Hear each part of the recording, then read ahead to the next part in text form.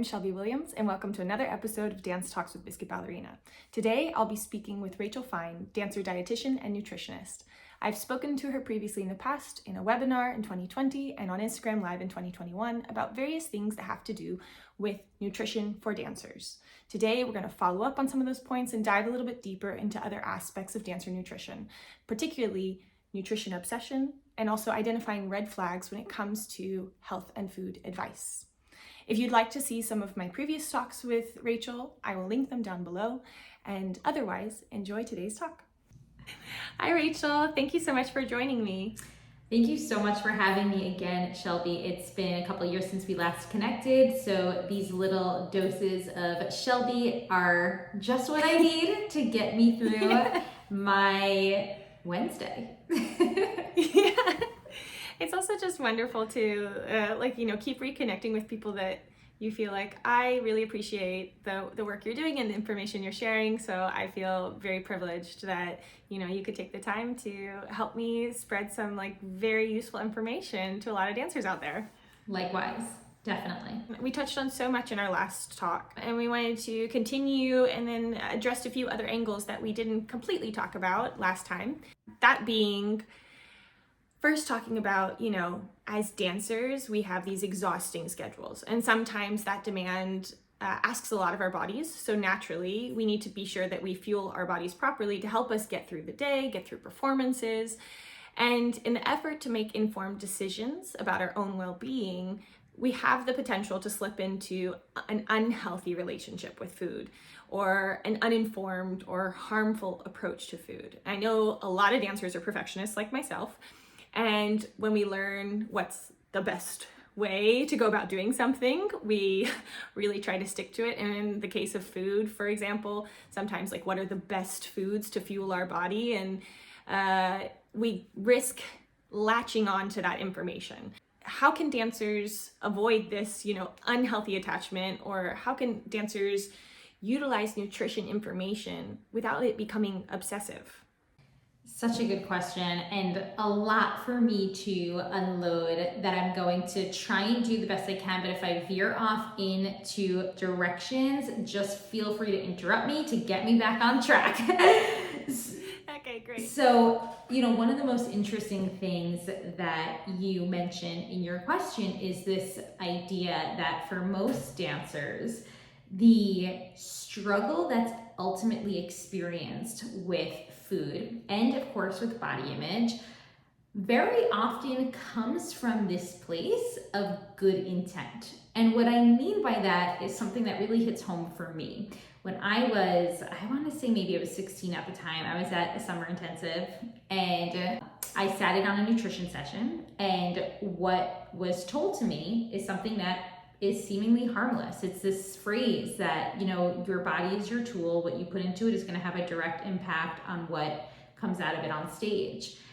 Now, me being your fellow recovering perfectionist and type A mindset, bunhead, all of it goes together, I took this seemingly harmless phrase to the 200th degree. I felt, at that time I was young, and to me, to have this potential control over the destiny of the success of my performance was I just got the ticket and I have to run with it. You know what I mean? Yeah. Because so much in our training as dancers before you get to the professional level feels out of our control. I mean, even when you're at the professional level, a lot feels out of our control. But when you're in those young days, or let's say those young years at your summer intensives, and I remember very vividly the idea that I could be asked to stay for a year-round program. So at that moment, right, it felt like there was so much riding on my work at this intensive that if I could grasp onto anything that's gonna help me achieve what I wanted to achieve as a dancer, I'm gonna run with it. So in following suit, this idea of food and nutrition and being able to utilize these concepts to help my dancing was, again, seemingly harmless and something that from a very good intent, I wanted to hone in on. What I didn't know at that time, and even in the years to follow, was that this accumulation or like hurricane effect of my perfectionism, learning about nutrition, learning about quote unquote health in regard to food and even our bodies, would lead me to what would eventually be extremely unhealthy habits. And this is where we start to, so much of what I've built with To The Pointe Nutrition, and also with my my membership program, which we can talk about, the Healthy Dancer. You'll hear me say the Healthy Dancer a lot, and that's what I'm referring to. So much of what I've built really is rooted in this idea of what I call dismantling dancer diet culture. Because for us to eventually utilize nutrition information in a way that's not obsessive, we first have to dismantle a lot of the misconceptions that unfortunately overwhelm a lot of dancers. Misconceptions around food beliefs, body beliefs, what we should be eating, what we should not be eating, what we should be avoiding in regards to our diets. And there's so much of this information out there. And usually, why is there so much information? Well, it's the mere fact that everybody on this world needs to eat, right? They need to eat several times a day. So arguably, everybody is an expert of food for themselves, whether you have a degree, a license, whatever it might be. And I know we're gonna talk about this in just a bit. So because everybody has this great experience with food and with eating, it brings a ton of opinions, it brings a ton of information. And then of course you have social media, which provides a platform for all of these opinions and all of these informations to really reach dancers all over the world and at large. So it all really spirals together. No longer are dancers just getting some comments and feedback in the dressing room, but they're scrolling up on information all day, every day. And unfortunately, most often that information can be, even if the intent behind the information is good, right? Like even if it's like, eat this amount of fruits and veggies a day and you're gonna support your digestive function, you're gonna support your heart health. There's nothing wrong with that information. It's just that for many dancers who struggle with perfectionism, there's a very fine line when that information becomes all or nothing to us, and we struggle to really decipher or understand that the role of food not only can support us physically, but also very much can support us mentally and emotionally. So I don't even know if I answered your original question, but no, I mean that really starts to, I feel like that is the perfect explanation of why we have a problem in dance.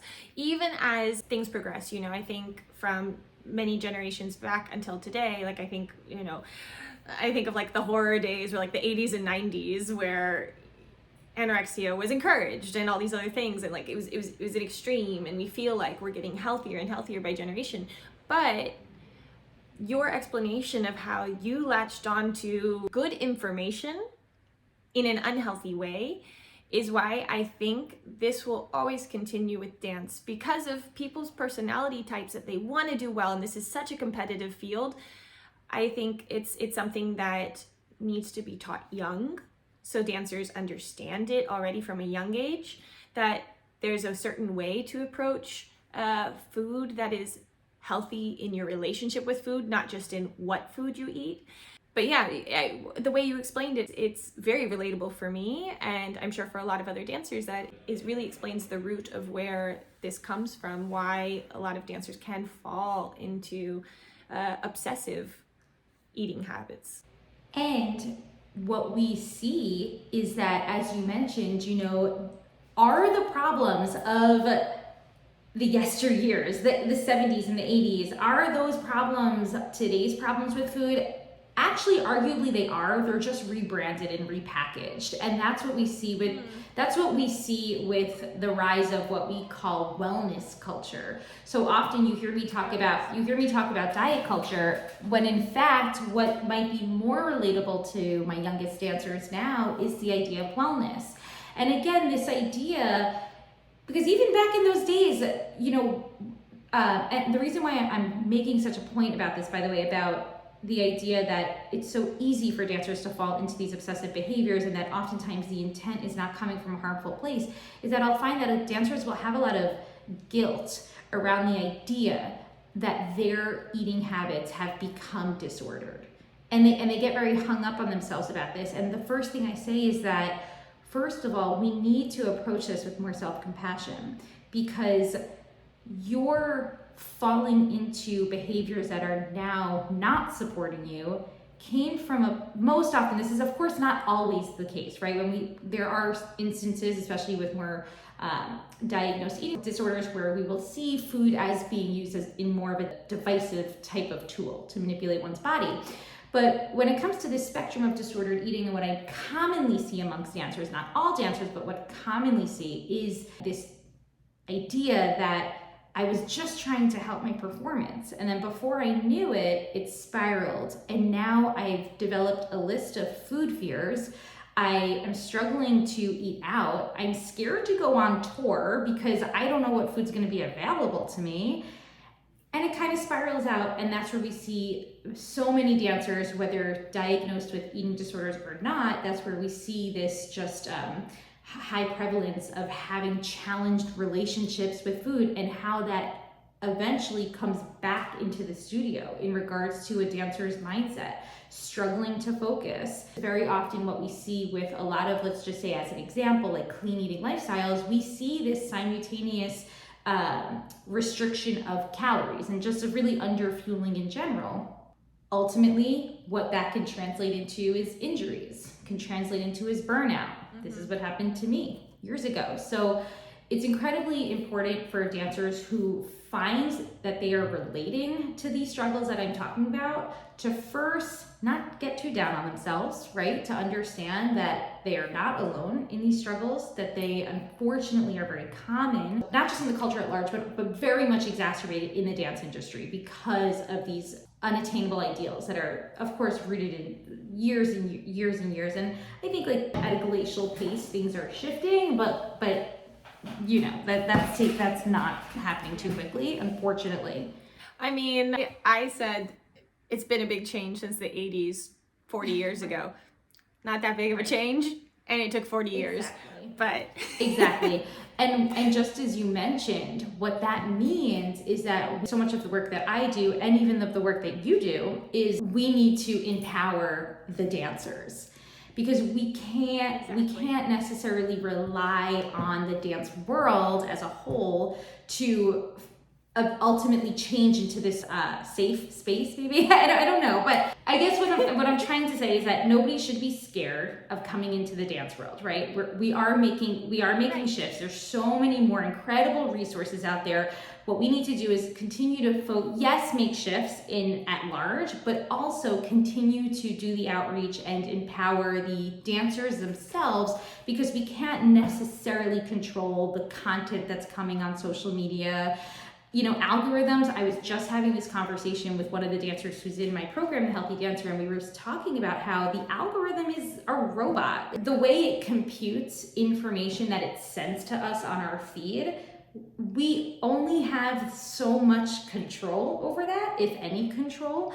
Yeah. So we as individuals also very much have to be prepared and have to, like I said, dismantle the unsupportive thoughts and beliefs around food and body image. And then, as you mentioned, because you mentioned something about having to relearn information, not only dismantle this information, but then relearn more supportive information. And that's just like everything that I do here. It's what I do on my blog, dancenutrition.com, and it's like my life's yeah. But I love that you use that term, dismantling this dancer diet culture. Social media is a huge problem, but also you have teachers, peers, parents, all sorts of people with their own opinions and trying to give advice, also, like you always said, with good intentions.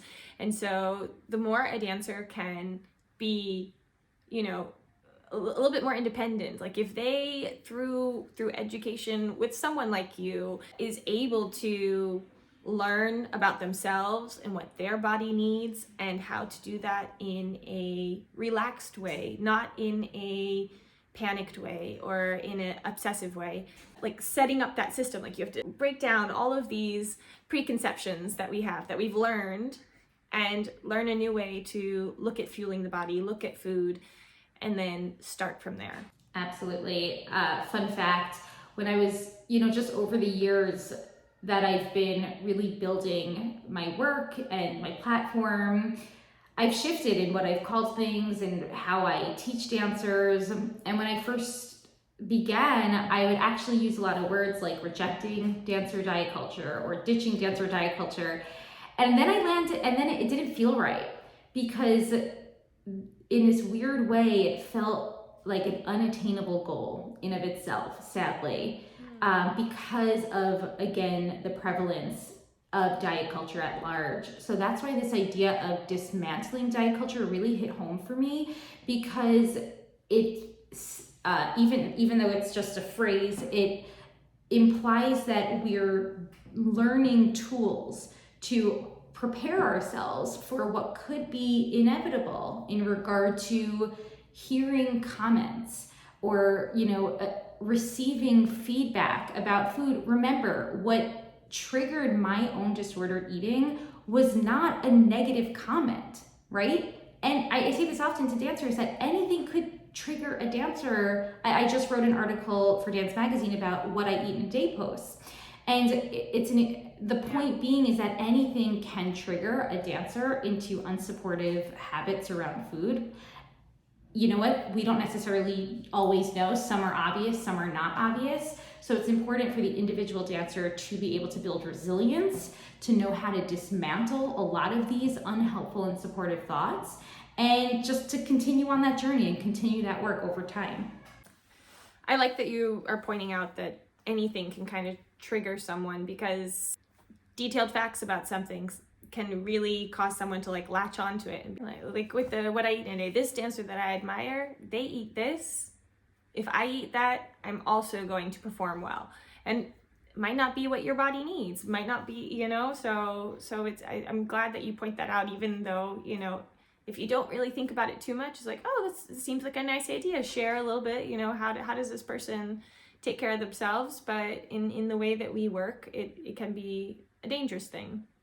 Well, latching on to this whole discussion of there's a lot of dancer wellness culture, dancer diet culture to navigate, and a lot of information coming from different places, particularly with social media today. And unfortunately, not all of the advice on the internet is good advice. And even offline, we are also receiving nutrition advice from teachers and peers. What would you consider to be red flags when it comes to food advice for dancers? Yeah, this is such a good question. And it's also so important because, as I mentioned, there is just such an influx of advice when it comes to nutrition and food in general. So, we'll talk a little bit about red flags. I also want to mention that dancers should always vet the sources who are giving them food and nutrition advice. Specifically, if you're receiving information about meal planning, about what foods you quote unquote should eat, or constructing fuel plans, whatever it might be, you really want to vet where that information is coming from. And first and foremost, you want it to come from someone who is licensed to provide it. Licensure essentially supports that this person has received a certain amount of academic and clinical training to not only teach you about nutrition and about fueling your body, but also to translate the research. Nutrition is an evolving science. It's not necessarily black or white. We're always learning new. New information is always coming out. And it's important that it be evidence-based. And that's exactly what dietitians really have been trained to do, is not just understand the literature, but translate it in a way that is, no pun intended, digestible for consumers. So it should come from a licensed professional, that being a registered dietitian. You might see that as RDN, RD. It could also be just named as a licensed dietitian. On top of that, we want to take it one step further, and we want to consider if this dietitian is familiar with working with dancers, but also familiar with the struggles of disordered eating, right? So maybe they're not specific to dancers, but they have good experience in working with disordered eating, eating disorders. So this can look like advanced certifications in eating disorders. This can look like certifications in various techniques that we utilize when it comes to meal planning, such as certifications in intuitive eating. So not only are we looking for that licensure as a dietitian, but we're also looking for the potential for advanced certifications and experience working not just with dancers, but of course, even in the realm of disordered eating and eating disorders. Now, in regard to red flags, right? Because we're not always gonna have access to a dietitian. I try and make it possible, to be honest. I do the best that I can. I have a ton of free resources for dancers that they can turn to. But at the end of the day, some dancers might not necessarily have that access that they need from a dietitian. So a couple red flags. The first is food avoidance a priority?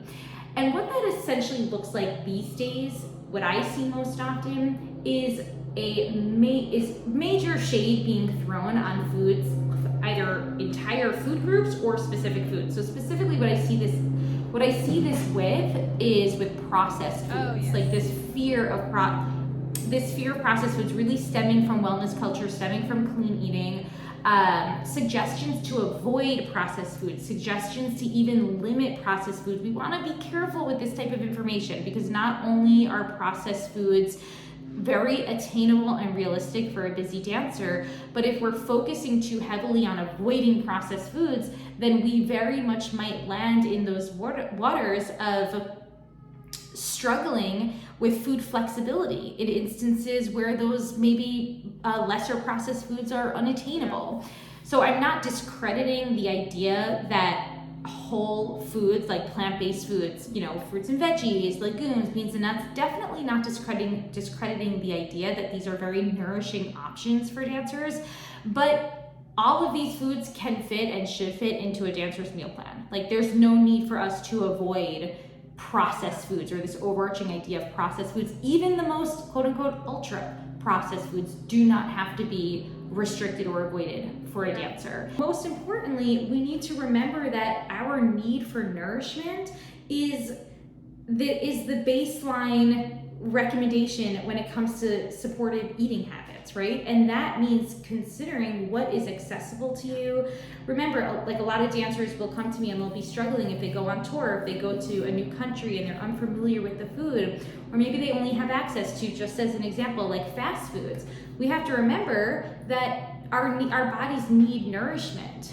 They need nourishment in the form of calories. So we have to, of course, be flexible to all of these types of foods. And that first red flag, is food avoidance a priority, is going to be something that you're going to want to steer clear of. Also, the goal of weight loss or body changes, body goals, we want to be careful around here as well. If anybody's promising that they can change your body or manipulate your body utilizing food or even exhaustive exercise routines, then you're going to want to steer clear of that as well. It's also something that I get a feeling, or when I see that if the whole point of giving food advice is about reshaping the body, I automatically feel you're missing actually the bigger part of the picture of like, what's the point of food? To give me energy and make me feel good. Keep me alive. Keep you alive, get you dancing, experiencing a career that has minimal injuries, if any, right? And all of that comes back to the ability to fuel ourselves adequately. And when we have just caution tape around the kitchen and around eating, it makes all of that so challenging. Also, in regard to weight and just these body goals that are being promised to us, we have to remember this is a whole nother conversation for another day, but it is something that I talk about on my blog. So if anyone is interested, I highly encourage that you head there.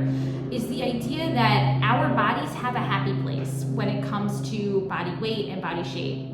We call this set point weight theory, and it's a range, and no one clinician, no one calculation or Google answer, whatever, can determine what your best weight is as a dancer. You know what I mean? And what I often say, what I want dancers to consider is that when it comes to thinking, because dancers ultimately ask me, what is my best weight?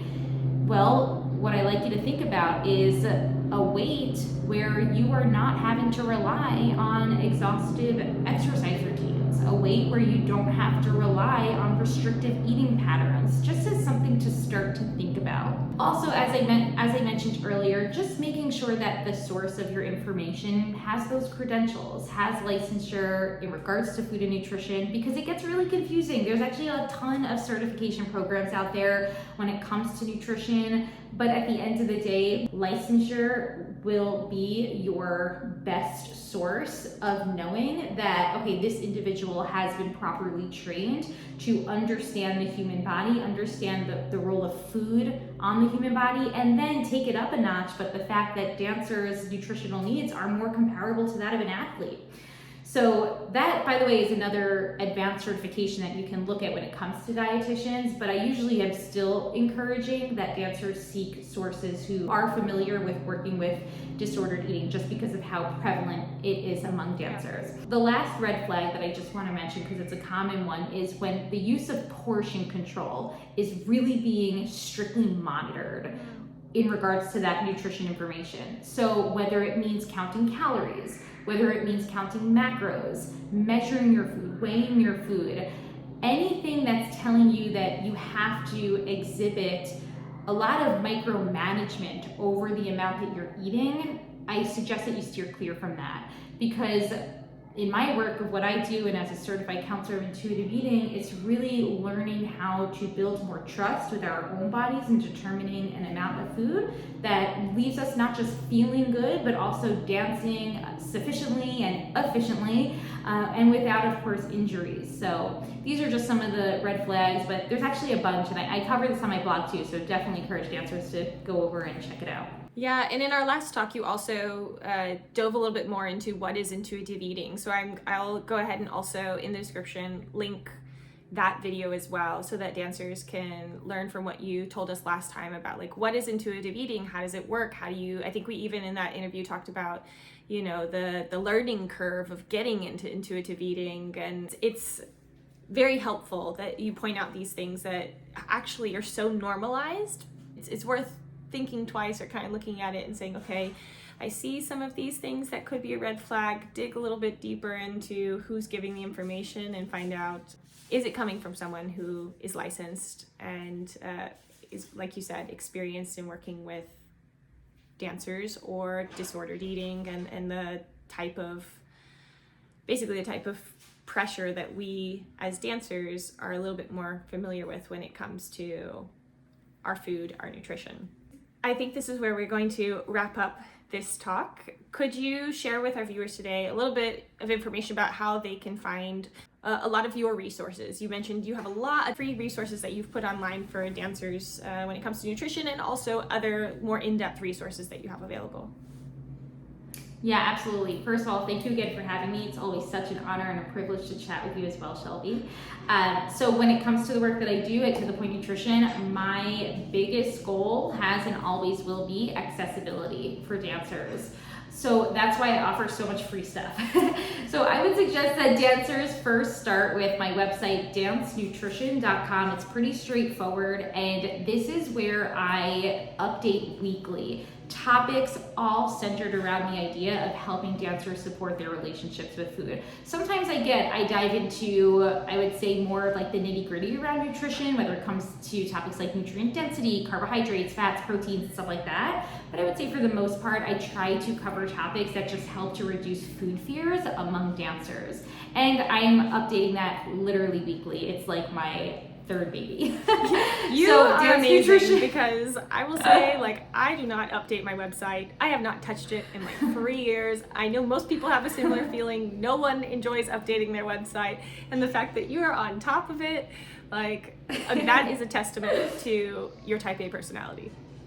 Yeah, beyond. I think everything I do at To The Pointe Nutrition is a testament to my type A personality, but it's also a testament to my passion. I truly have developed such a passion for helping dancers steer clear of my experiences when I struggled with food. And as I mentioned, just making sure that the resources are out there. So I always say start with dancenutrition.com. And then for dancers who do want to take it a step further, this is where I recommend the Healthy Dancer. And this is a platform that I've built to provide dancers with tons of different types of resources, like a library of resources of how they can work with a dietitian from the comfort of their own homes. So the program, it's a 6 to 24 month program, and it basically involves video instructions. It involves group coaching calls with me, one-on-one coaching calls with me.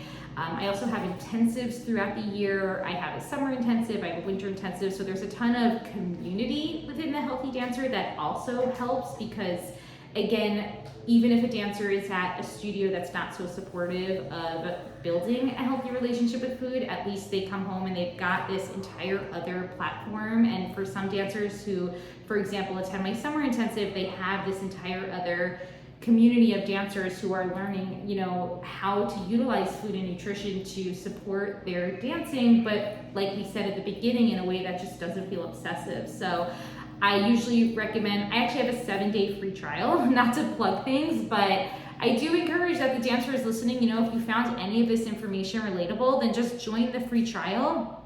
You'll get an idea for who I am and for what my resources are, and then you can, take it up a step further anytime you want, or you can just rely on, I send emails, my website, and so forth. So you will not go without any type of support when you start with me. Trust me. I love that your Healthy Dancer program is in a way like community based, that you bring people together, because that is something that's so important, is when you are working through something, or if you're not in a healthy environment, to have a community outside of it. You can talk to the other people who are also, going through a similar education process and are getting a healthy perspective and learning great ways to approach this.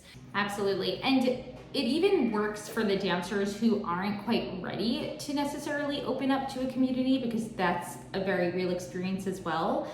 And that's where the Healthy Dancer brings the one-on-one coaching value as well. And then in regards to like the group work that I do, I'll have dancers who will just kind of tune in and not turn their videos on. And it kind of just allows them to still hear the messages in their own work as they just really unravel, and to go back to that word, just dismantle all of the confusion that they may have picked up earlier.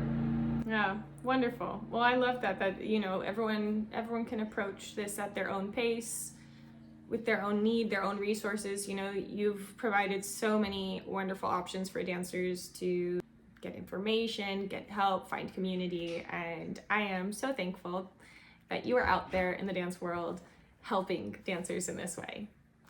Thank you so much for taking the time to talk today and continuing to share all of this wonderful information. And I hope we see each other in person again soon.